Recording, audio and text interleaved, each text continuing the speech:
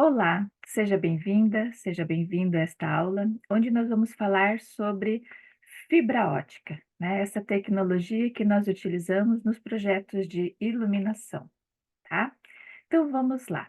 Inicialmente conhecida pela utilização em transmissão de dados e telefonia, a fibra ótica tem como princípio básico a condutibilidade de informação.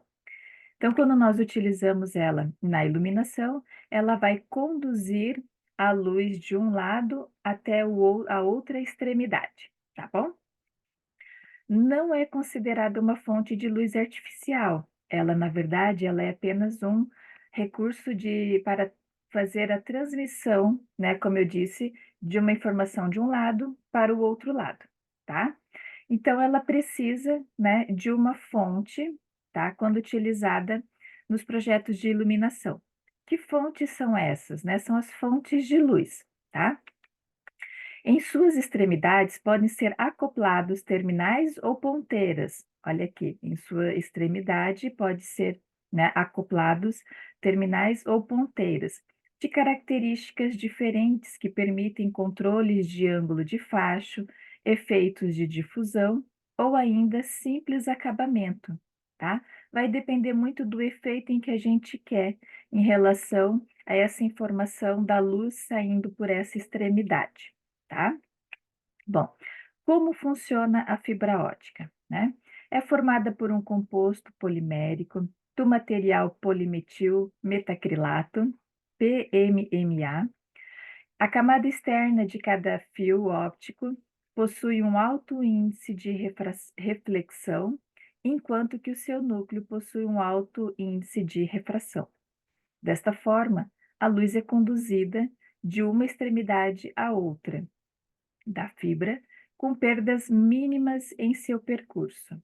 São utilizadas fontes geradoras de luz, que podem alimentar diversos cabos ópticos com uma única lâmpada, transportando o fluxo luminoso até a outra extremidade. Então, aqui a gente tem, na verdade, né, a fonte, tá? Se a gente volta nesse slide, a gente vai ver que a gente tem uma fonte que é onde a gente vai trazer a energia elétrica para alimentar esse conjunto, e aqui fica então, a fonte de luz, né, que seria uma lâmpada. Atualmente a gente utiliza LEDs aqui dentro, tá? Bom, e aí é acoplado então a um fio ou a diversos fios que a gente vai ver aqui por conta, né, dos kits, como por exemplo, os kits de céu estrelado, né, que são vários fios, tá? Vamos na sequência conhecer mais um pouquinho, tá bom? Tá. Em relação, né, à questão da condução de luz pelos cabos, tá? Pode se dar de duas maneiras, de forma pontual ou perimetral, tá? Que é pela lateral. Neste primeiro exemplo, a gente tem a emissão de luz, né? A condução, desculpa, de luz de forma pontual, tá? Que é a fibra tipo end light, emissão de luz pontual, tá? Aqui a gente tem alguns exemplos da onde a gente pode utilizar, neste caso, né, um projeto com fibra ótica utilizada de forma aqui nas piscinas, né, na iluminação subaquática. Essa informação eu trago, na verdade, do site da FASA, que é um fornecedor que nos atende de forma brilhante, né? Líder no que se diz no que corresponde às questões de fibra ótica, tá? E que dá todo o suporte para os profissionais que projetam iluminação.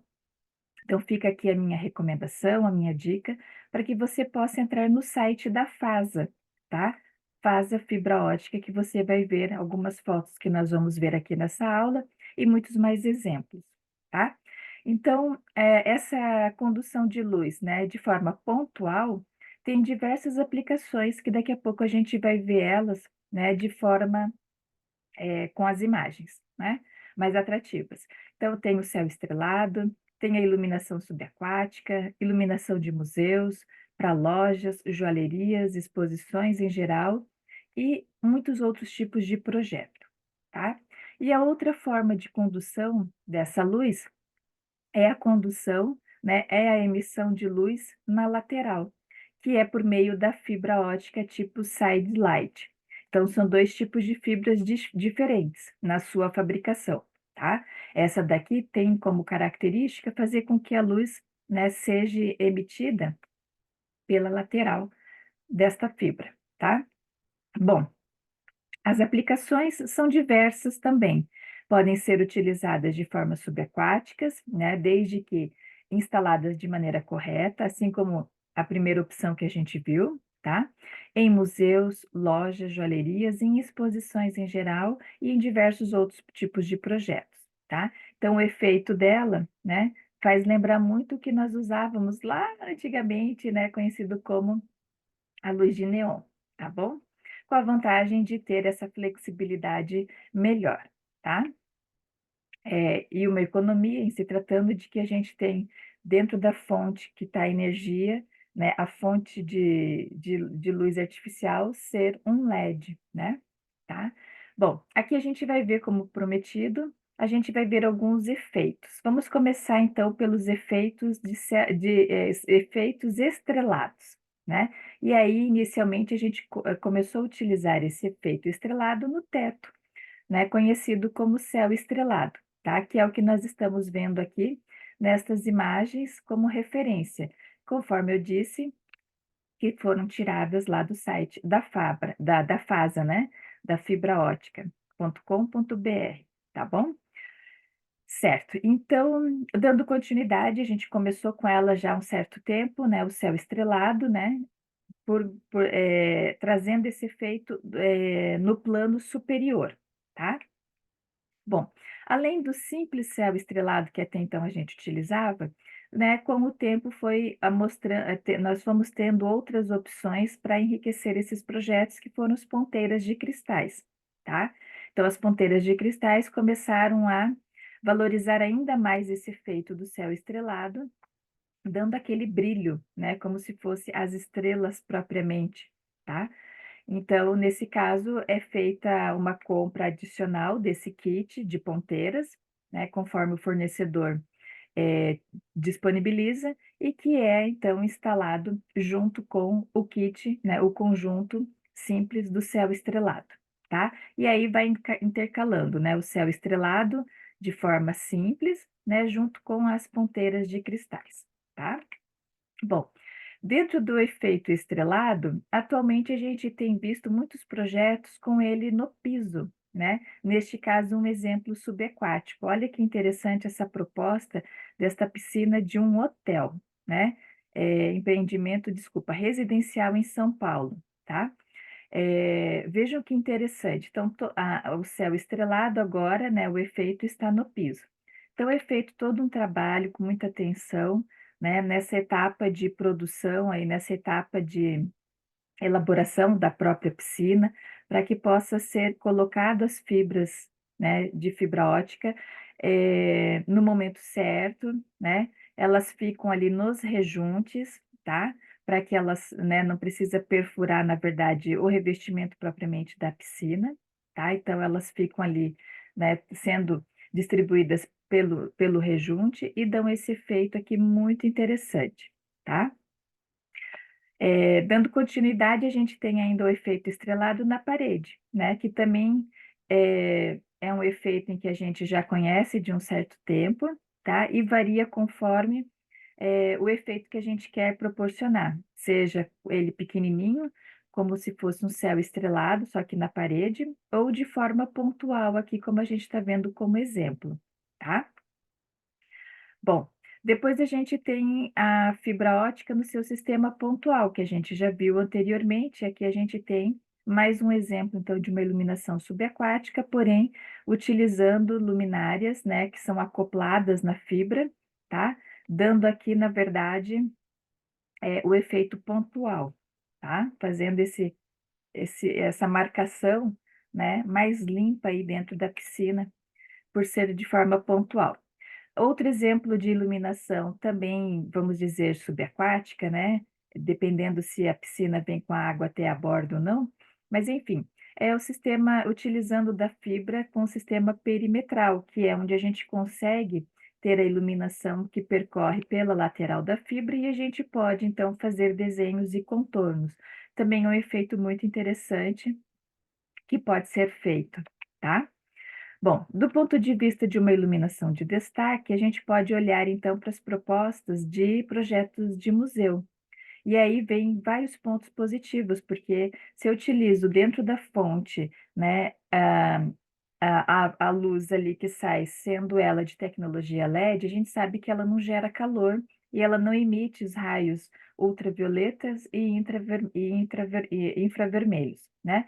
Então a gente sabe que essa luz ela vem de uma forma muito pura na sua extremidade, que é o que nos interessa muitas vezes, em relação para não danificar nenhum tipo de objeto, né, ou nenhum tipo de tecido. E para museus essa proposta ela é interessante e muito válida por conta disso, né, dessa qualidade da luz em que a gente projeta, tá. E levando em consideração que a fibra ela é muito pequena, muito discreta, então, consequentemente, as luminárias também acabam sendo, né, discretas, não chamando atenção para si só, né, para elas, mas valorizando de fato o que precisa ser, visto, né. Então, que seria aqui, na verdade, esses objetos. Então, para a iluminação de museus, é uma solução muito interessante, tá. A iluminação de efeito aqui, a gente pode levar em consideração, né, a fibra, que tem aí a iluminação pela sua lateral, tá? E aí a gente pode criar alguns efeitos, né, fazer, delimitação de espaços de forma bem interessante, bem discreto, tá? E dinâmicos ao mesmo tempo por conta da possibilidade de troca de cor também para criar aquela dinâmica muitas vezes em alguns projetos que nos permitam essa flexibilidade, né, tá? Então, vem aí essa solução, muito interessante para alguns projetos, tá? Bom, do ponto de vista técnico ao projeto, os fornecedores, então, eles nos dão um manual. Esse manual vem, né, explicando certinho a forma de instalação, né? Em algumas situações, tá, vem dizendo para a gente, dando até algumas sugestões, principalmente no céu estrelado, né, de como a gente pode utilizar ele. A gente percebe que existe muito a utilização do céu estrelado de forma aleatória, onde é feita os furos de qualquer jeito, preenchendo aquele determinado espaço, tá? Mas a gente pode levar em consideração também alguns desenhos, tá? Fazer já essa pré-marcação, né? Um desenho artístico, um desenho geométrico, como a gente viu naquele céu estrelado, aquela efeito estrelado, desculpa, na parede, né? Então, toda vez que o profissional cria algo diferente, né, eu sempre digo em sala de aula que somos nós que temos que fazer este molde para ajudar o eletricista que vai fazer a instalação, né, da fibra, porque ele vai passar ali um período grande, né, do seu dia, muitas vezes, mexendo exclusivamente com essa instalação, tá? Até porque tem um valor agregado, né, por causa de todo o cuidado que precisa ser. Então, normalmente, esse instalador, esse eletricista, né, ele tem já uma certa, familiaridade com a parte da iluminação e, em especial, com a fibra ótica, que ela não pode ser quebrada, porque senão o ponto que era para sair a luz, né, quando ela é quebrada, não sai mais na sua extremidade e sai aqui onde houve a quebra. E se essa quebra acontece na parte de cima, como a gente vai ver, né, do gesso com a laje, a gente perde o efeito estrelado que a gente quer, tá?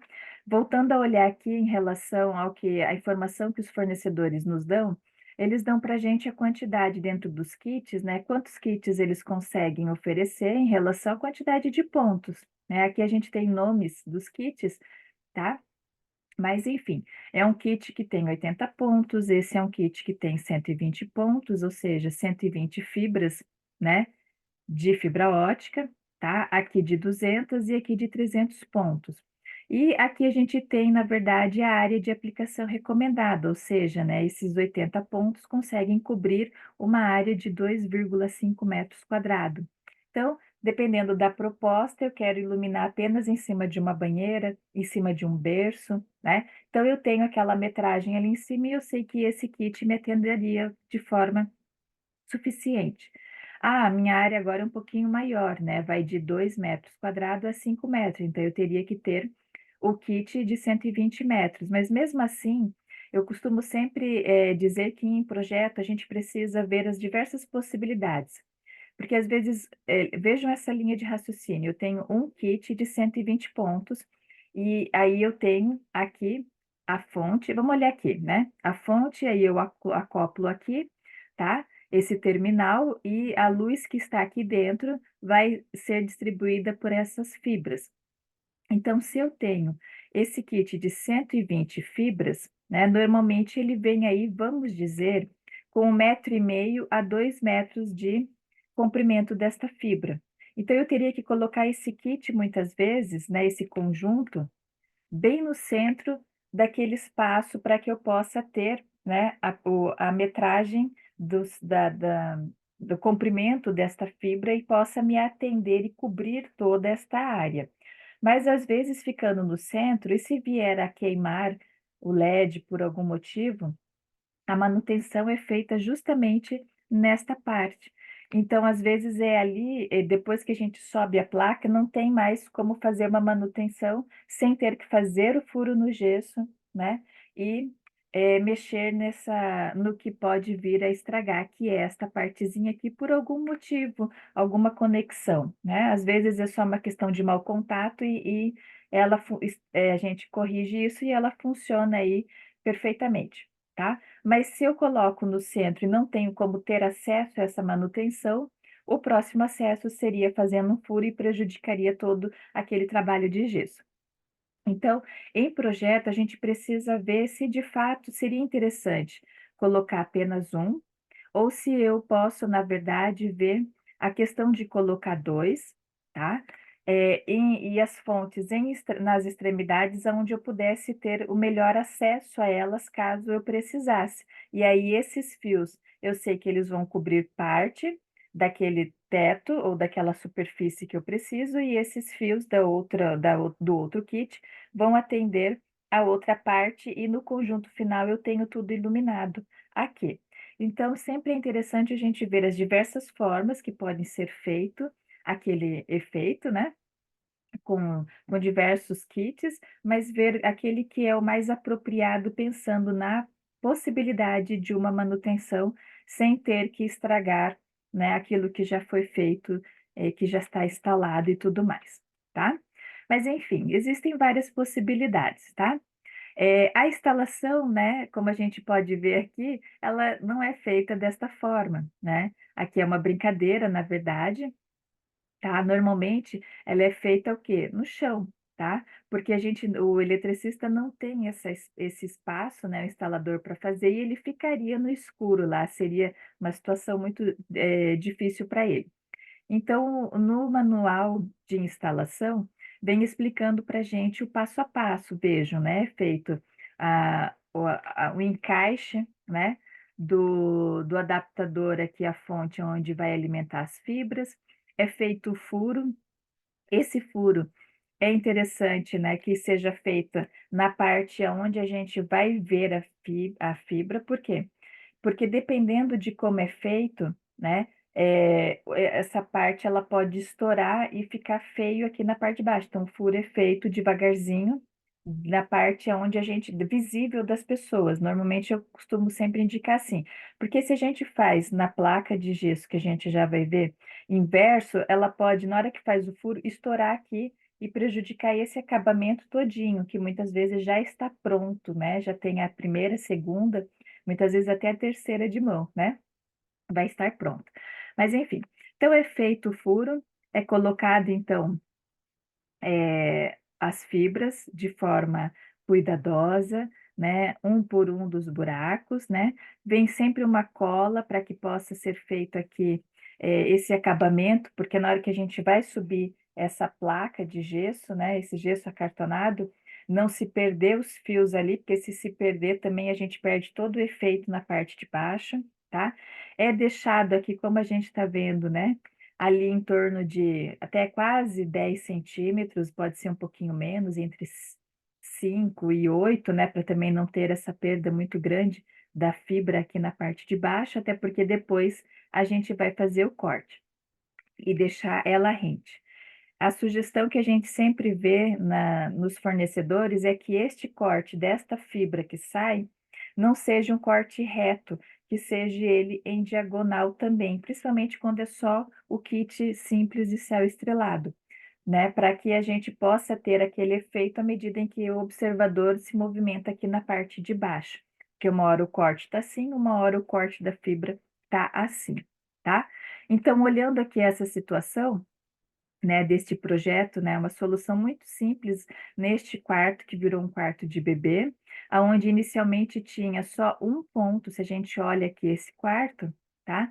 Tinha já um armário alto, né, janela desse lado, a gente tinha apenas um ponto aqui de luz, um interruptor. E nessa proposta a gente conseguiu trazer 3 acendimentos, tá? Como a gente vai ver, o acendimento da sanca, o acendimento da luz geral, direta aqui, né, do quarto, porque a luz do rebaixo de gesso é uma luz indireta, e o acendimento do céu estrelado.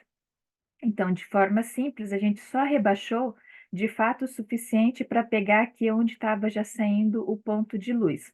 E depois a gente veio com a fiação, tá? Para trazer 3 acendimentos aqui. Então, vejam a instalação. Foi feito, então, todo um preparo de gesso acartonado, tá? Usamos o tamanho da placa propriamente aqui, né? Então, a placa está no chão, foi feita até uma emenda na placa, mas enfim, utilizamos aqui essa medida, né? Foi feita a pintura, tá? Para deixar já praticamente pronto para que possa ser instalado, né? Depois foi feito o quê? A instalação, essa é a parte de trás da placa, né? Com os suportes para que ela pudesse ficar firme, tá?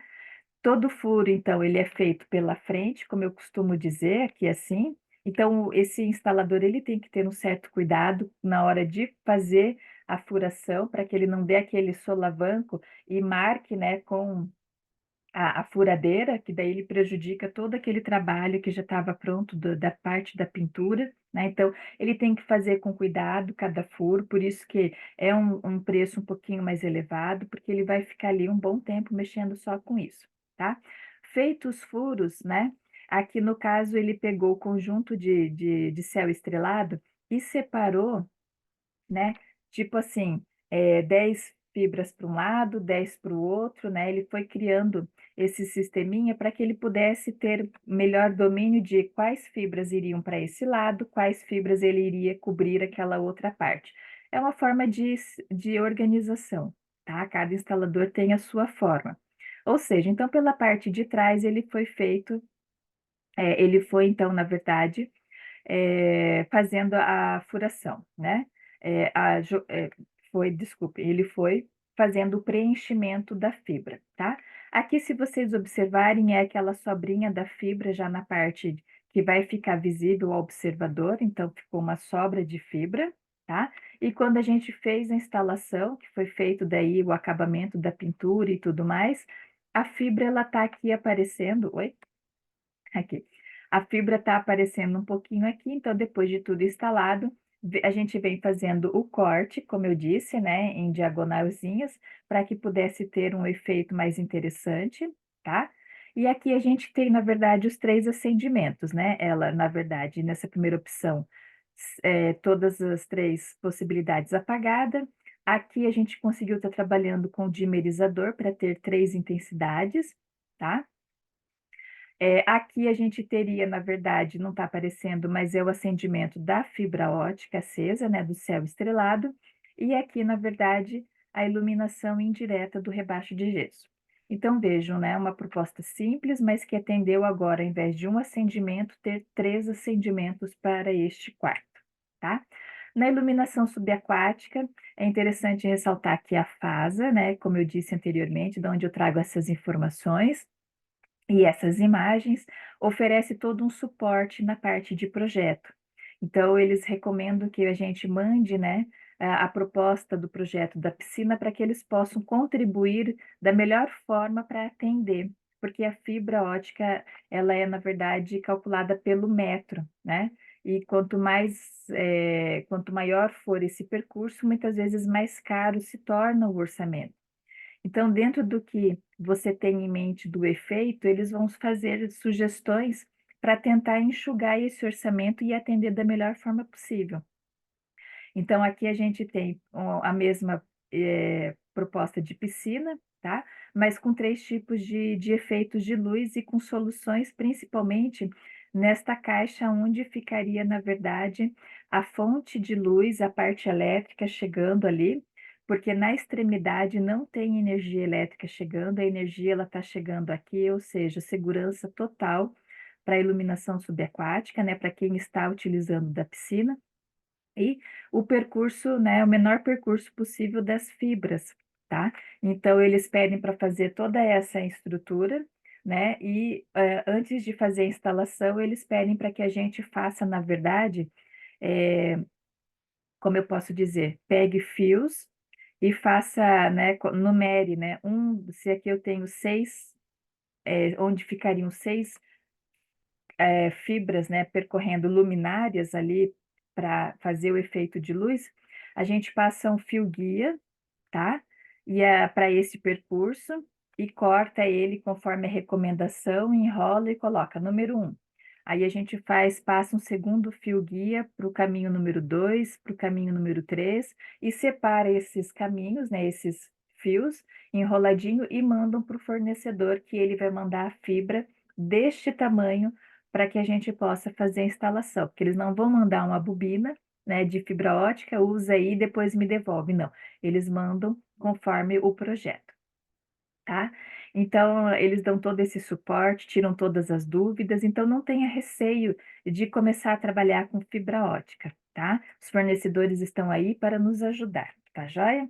Bom, espero ter contribuído com esse olhar referente, né, aos projetos de iluminação e à utilização e as possibilidades que a fibra ótica pode trazer para o seu projeto, para embelezar, né, para que agregar mais valor na proposta, tá?